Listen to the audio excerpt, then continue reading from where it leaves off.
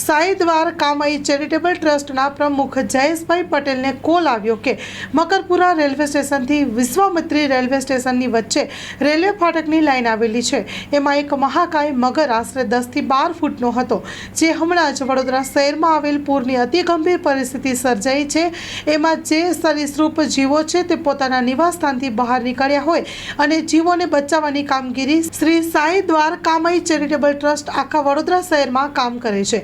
કોઈ પણ જગ્યાએ કોલ હોય તો તરત જ સંસ્થાની ટીમ પહોંચી જાય છે અને અત્યાર સુધી ઘણા મગર અલગ અલગ વિસ્તારમાંથી રેસ્ક્યુ કર્યા છે અને આ ઇમરજન્સી કોલ આવતા સંસ્થાની ટીમ તરત જ જે તે સ્થળે પહોંચી અને આ મહાકાય મગરનું રેસ્ક્યુ કર્યું હતું।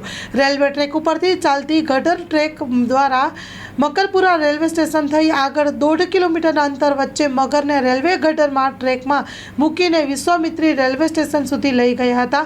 મગરને ફોરેસ્ટ ડિપાર્ટમેન્ટને સુપરત કર્યો હતો। Story report by Nikhil Gayke, Vadodara.